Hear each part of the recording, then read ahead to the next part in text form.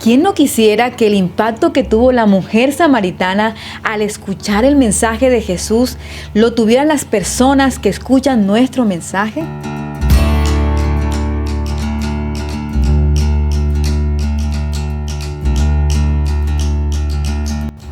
La mujer samaritana, luego de hablar con Jesús, terminó renovada en pensamiento, confrontada en su accionar y convencida de la verdad.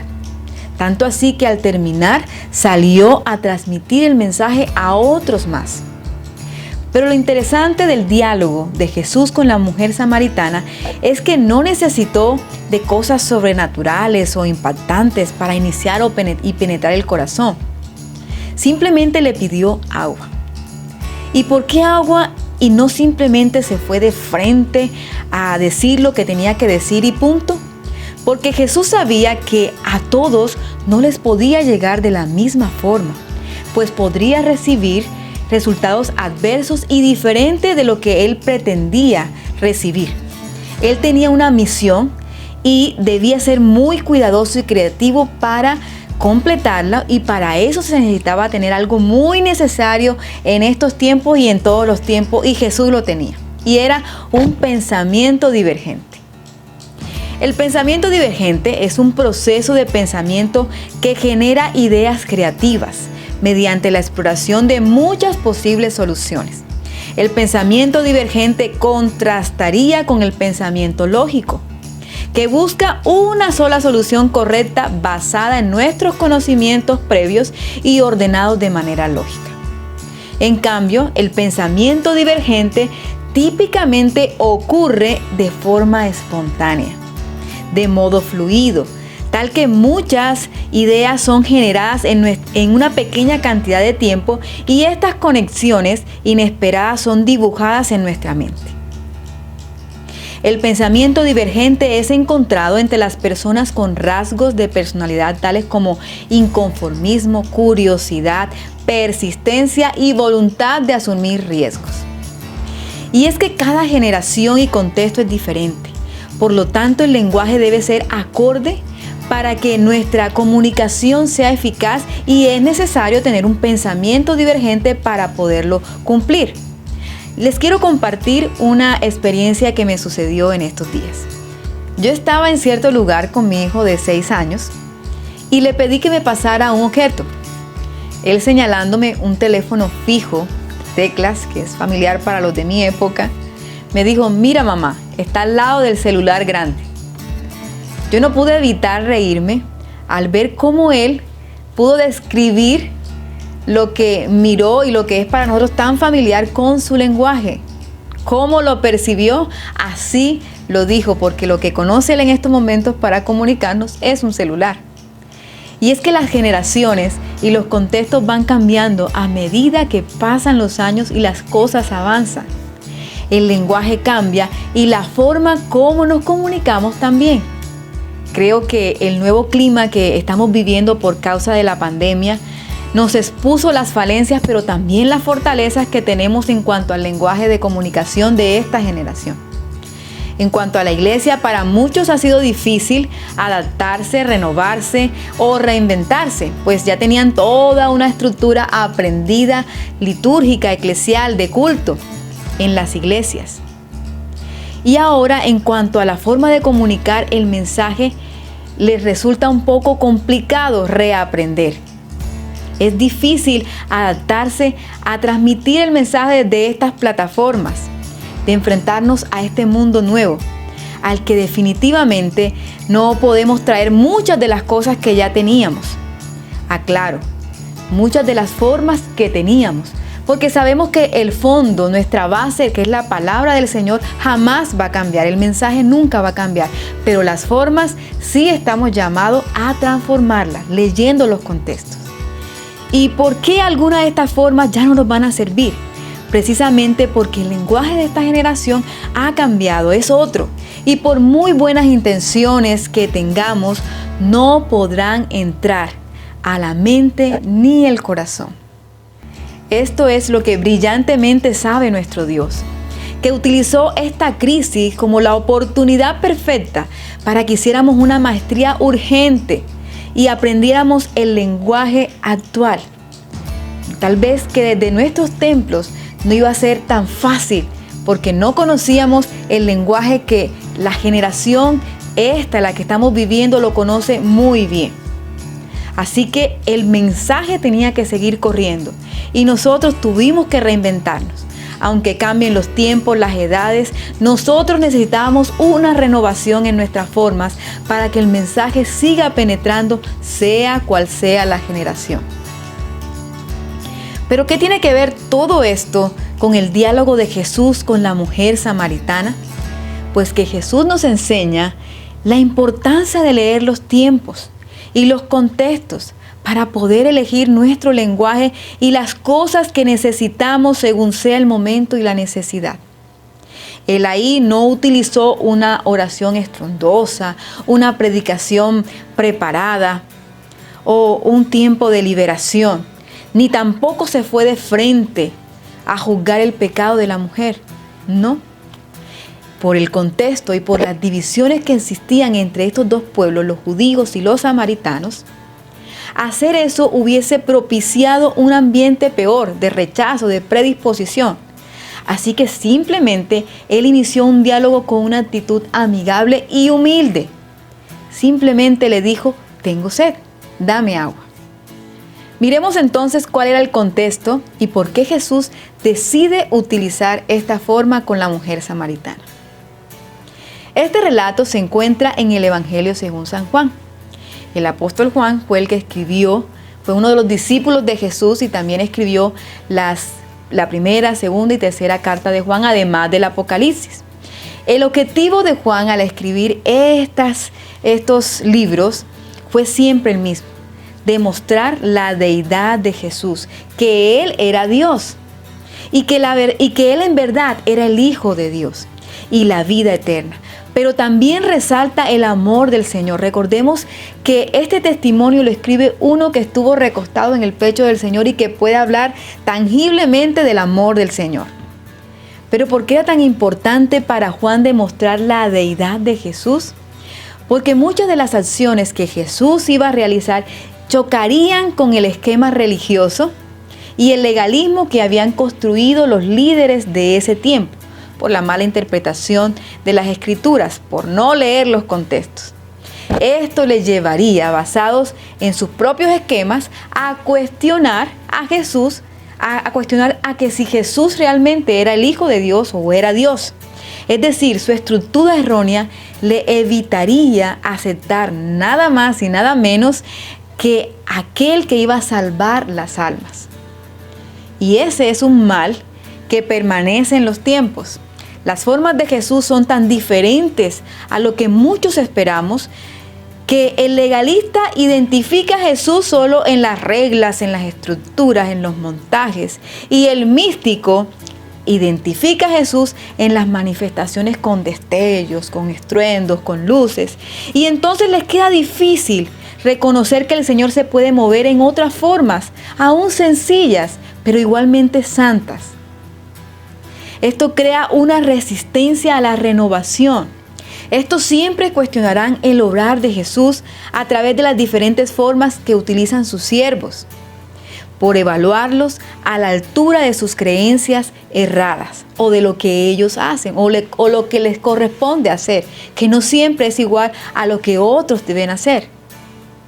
Es decir, negarán la deidad de Jesús, negarán la santidad del Señor en alguna de las manifestaciones porque no se parecen a lo que ellos esperan. Aunque aclaro, las formas también deben pasar por el filtro de la santidad del Señor. Esto fue lo que quiso desmontar Juan al mostrarnos el diálogo de la mujer samaritana con Jesús, que fue tan sencillo. Pues aunque su forma fue diferente a la que empleaban los líderes espirituales de la época, que es más, tal vez nunca se iban a acercar a esta mujer, esta forma fue santa, pero también fue apropiada, por lo tanto eficaz e impactante. Escogió el lenguaje de comunicación correcto. Miremos todo lo que logró Jesús utilizando la forma correcta de comunicación. Lo primero que el Señor obtuvo o logró utilizando este lenguaje tan sencillo pero santo y apropiado fue establecer un diálogo, abrir una conversación. Y eso lo podemos leer en el versículo 7 al versículo 9 del capítulo 4 de Juan. Y dice así: vino una mujer de Samaria a sacar agua y Jesús le dijo: dame de beber, pues sus discípulos habían ido a la ciudad a comprar de comer. La mujer samaritana le dijo: ¿cómo tú, siendo judío, me pides a mí de beber, que soy mujer samaritana? Porque judíos y samaritanos no se tratan entre sí. Y es que el odio entre judíos y samaritanos había permanecido por años, y su origen se sitúa cuando los judíos regresaron del exilio por allá en el año 536 a.C. y comenzaron a restaurar su religión. Los samaritanos quisieron unirse a ellos, pero Zorobabel puso un alto, un stop, y rechazaron este ofrecimiento. ¿Por qué rechazaron este ofrecimiento? Porque ellos estaban convencidos que Dios les había castigado precisamente por haber corrompido su religión. Y ellos creían que estos samaritanos, los interesados en ayudar, venían a corromper nuevamente la religión y por lo tanto nuevamente iban a recibir el castigo del Señor. Entonces querían evitar caer de nuevo en estos errores y decidieron no aceptar el ofrecimiento. Esto causó obviamente un resentimiento en el pueblo de Samaria. Así que Jesús sabía que los corazones estaban heridos, resentidos con los judíos. Por lo tanto, antes de parecer arrogante, más bien inicia con una actitud humilde, amigable, siendo él el que estaba solicitando algo a la mujer.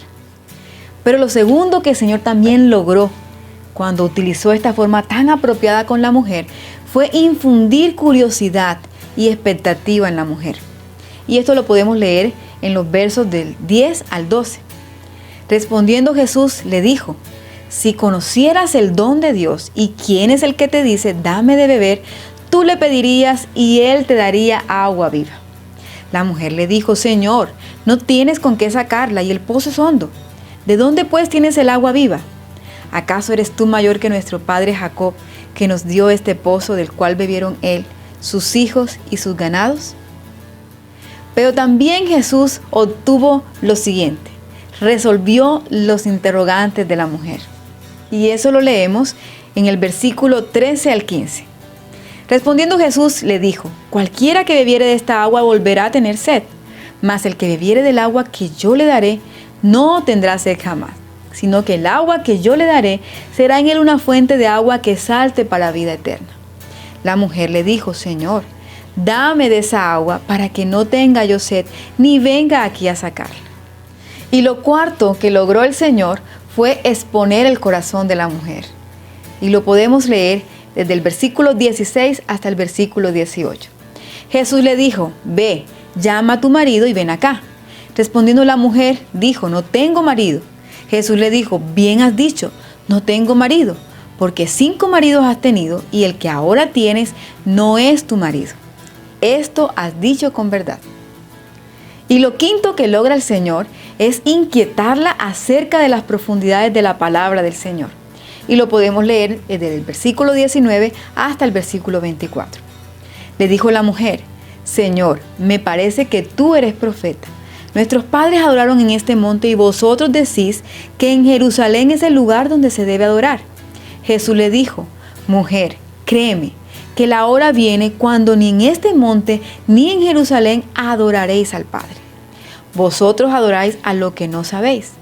Nosotros adoramos lo que sabemos, porque la salvación viene de los judíos. Mas la hora viene y ahora es cuando los verdaderos adoradores adorarán al Padre en espíritu y en verdad, porque también el Padre tales adoradores busca que le adoren. Dios es espíritu y los que adoran en espíritu y en verdad es necesario que adoren. Fue así como Jesús, a través de un instrumento tan sencillo como el agua y la sed que sentía, cumplió a cabalidad el mismo objetivo que tú y yo tenemos cuando transmitimos el mensaje. Entró a su vida, derrumbó las creencias falsas en la mujer, descubrió la maldad de su corazón y le enseñó las profundidades de la palabra del Señor. Mis queridos hermanos, nosotros también estamos llamados a realizar la misma tarea del Señor. Esa es la base y el fondo de nuestra misión y es inmutable, eso no cambia. Pero la forma de cumplir con ese propósito será diferente para cada persona, para cada grupo, para cada comunidad. Recuerden que esta nueva generación tiene otro lenguaje y nuestra tarea no es cambiar el lenguaje, más bien aprenderlo para que de esta forma podamos llegar a los corazones para que la palabra examine, derribe mentiras y siembre los misterios del Señor.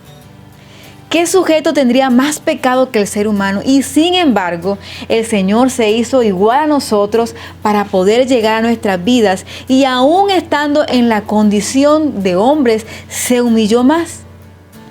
Así que antes de juzgar lo que hacen unos u otros o envidiar lo que hacen unos u otros, más bien dediquémonos a observar el entorno y pide al Señor que te dé sabiduría, ese pensamiento divergente, la capacidad de reinventarte y hacerlo más propicio y acertado para que el rebaño que Dios te ha entregado pueda recibir con efectividad el mensaje que tú le estás transmitiendo y que el Señor te ha delegado transmitir. A la final, es de ese rebaño que Dios te ha entregado y te seguirá entregando que te va a pedir cuentas. Hermanos, recordemos que la Biblia está llena de contextos, de ambientes, de personas y Dios llegó a ellos con la forma que era necesaria y muchas fueron diferentes, pues su objetivo nunca fue imponer, sino transformar.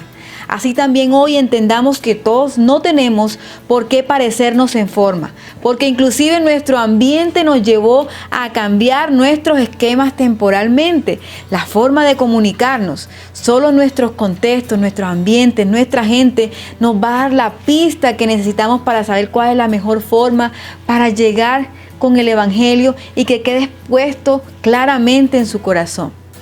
Esto fue precisamente lo que Jesús hizo para llegar a nuestro corazón. Tomó nuestra forma para que nosotros pudiéramos conocer las verdades que de otra manera no hubiésemos podido comprender. Y aún estando en nuestra condición, se siguió humillando, como lo hizo frente a la samaritana.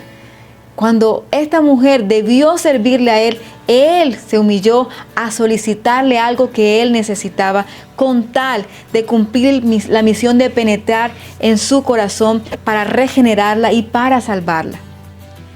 Fue este el caso del encuentro con una mujer a la que culturalmente y religiosamente era imposible allegarse para conversar, pero que impulsado por la misión, por el propósito que debía cumplir y leyendo el contexto, el momento, con un pensamiento divergente, supo identificar qué hacer para poder captar su atención y llegar a su corazón, el terreno más preciado para él.